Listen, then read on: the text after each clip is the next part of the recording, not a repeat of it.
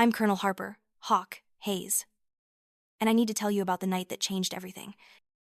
Picture this: a grand military gala, hundreds of veterans, politicians, and top brass celebrating 50 years of service.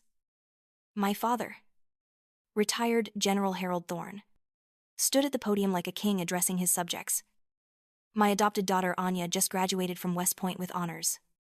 He announced, his voice booming with pride. She represents the true spirit of military excellence, unlike my biological daughter Harper, who's just a logistics clerk shuffling paperwork. It's embarrassing that she carries my name. The room went silent.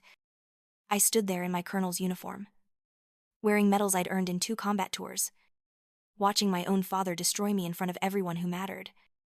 I set down my wine glass, turned my back on him, and walked out. The whispers followed me like shadows. 20 years of service, a Bronze Star, countless lives saved through strategic supply operations, all erased by one man's words. But here's what he didn't know: I was about to become his daughter's commanding officer.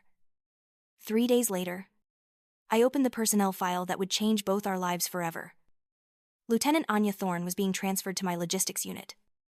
The same golden child he praised was now under my command. I smiled for the first time in days.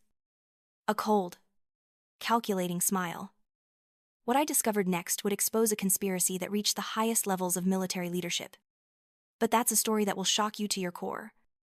The classified documents in Anya's file revealed something impossible: missions that didn't exist, commendations for operations that never happened.